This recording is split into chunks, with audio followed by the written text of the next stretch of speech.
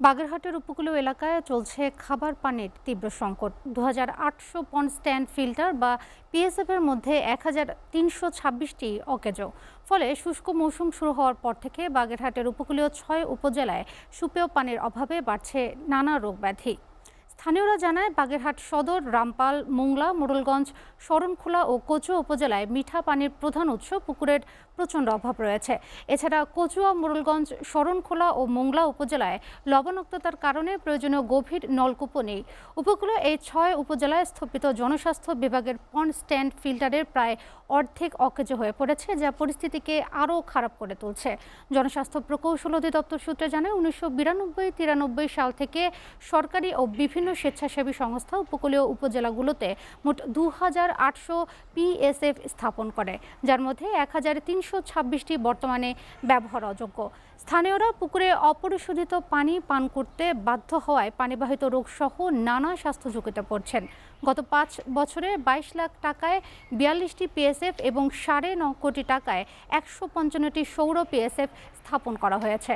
এছাড়া জেলায় ১৪৬ কোটি টাকায় ৩৬,৫৫০টি বৃষ্টির পানি সংগ্রহের ট্যাঙ্ক বিতরণ করা হয়েছে।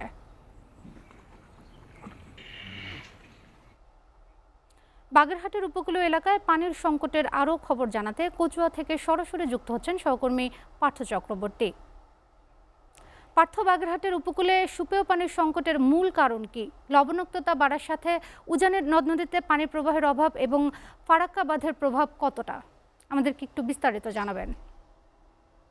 রোদেলা, আসলে আপনি জানেন যে বাগেরহাট সদর, রামপাল, মোংলা, মোরেলগঞ্জ ও কচুয়ার প্রধান উৎস পুকুরের মিঠা পানি।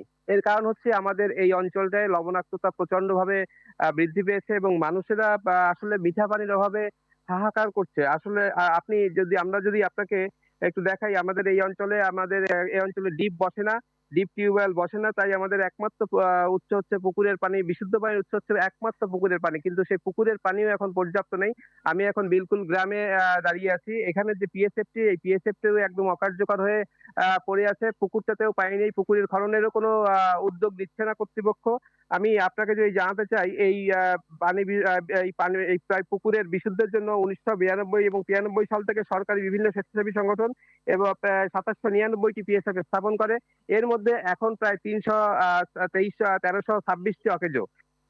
এই অঞ্চলের মানুষ বাধ্য হয়ে খেতে হচ্ছে পুকুরের অপরিশোধিত পানি। অপরিশোধিত পানি। আর গত ৫ বছরের হিসাব যদি আমরা একটু দেখি, ২২ লাখ টাকায় ৪২টি পিএসএফ হয়েছিল এবং ৯.৫ কোটি টাকায় ১৫০টি সোলার পিএসএফ স্থাপন করা হয়েছে। এছাড়া ১৪৬ কোটি ২ লক্ষ টাকায় ৩৬,৫৫০টি রেইন ওয়াটার হারভেস্টিং ট্যাংক বিতরণ করা হয়েছে। এই ব্যাপারে আমরা জানতে চেয়েছিলাম জনস্বাস্থ্য প্রকৌশলী। তারপরে আমি এখানকার স্থানীয় একটু মহিত শিকদারের কাছে জানতে চাই, আ আ মহিত নকিবের কাছে জানতে চাবো আসলে তাদের অবস্থা কেমন সিচুয়েশন? আ এটি বিলকুল আরডব্লিউএস পুকুর নামে পরিচিত। এই পুকুরের আওতায় প্রায় ৩,০০০ লোক এই পানি পান করে। কিন্তু চৈত্র মাসে আসলে দুঃখের বিষয় আপনাদের জানাতে চাই, আপনাদের এসএটিভির মাধ্যমে আমরা জানাতে চাই। এই পুকুরের পানি পান করেই মূলত আমাদের জীবন ধারণ করা। কিন্তু এখন এই পানি পান করার মতো কোনো উপযোগী ব্যবস্থা নেই। পানি শুকিয়ে গেছে এবং এই পানি পান করলে বিশেষ করে ডায়রিয়া, আমাশয় যারা শিশু, এই শিশুদের বিশেষভাবে বিভিন্ন সময় আমরা দেখতে পাই যে হাসপাতালে তাদেরকে নেওয়া হচ্ছে এবং আমাদের পাশেই একটা পিএসএফ রয়েছে, যে পিএসএফটি দীর্ঘদিন ধরে অকেজো অবস্থায় পড়ে আছে। কর্তৃপক্ষকে বলা হলেও কোনো ব্যবস্থা নিচ্ছে না। আমরা দেখতে পাচ্ছি আসলে পুকুর থেকে এই মুহূর্তেও পানি সংগ্রহ করছে, একদম সরাসরি পুকুর থেকেও পানি সংগ্রহ করতে আমরা দেখতে পাচ্ছি। কিন্তু এখন এই যে অবস্থা, এই যে পানি পরিশোধনের কোনো ব্যবস্থা নেই, পিএসএফ গুলো অকেজো, ডিপ টিউবওয়েল গুলো বসছে না। এখানকার স্থানীয় লোকের দাবি যে পিএসএফটি আবার চালু করা হোক, পিএসএফ গুলো, অথবা পুকুরটি ন্যূনতম পক্ষে মানে খনন করে দেওয়া হোক। রোদেলা। পার্থ, আপনাকে ধন্যবাদ।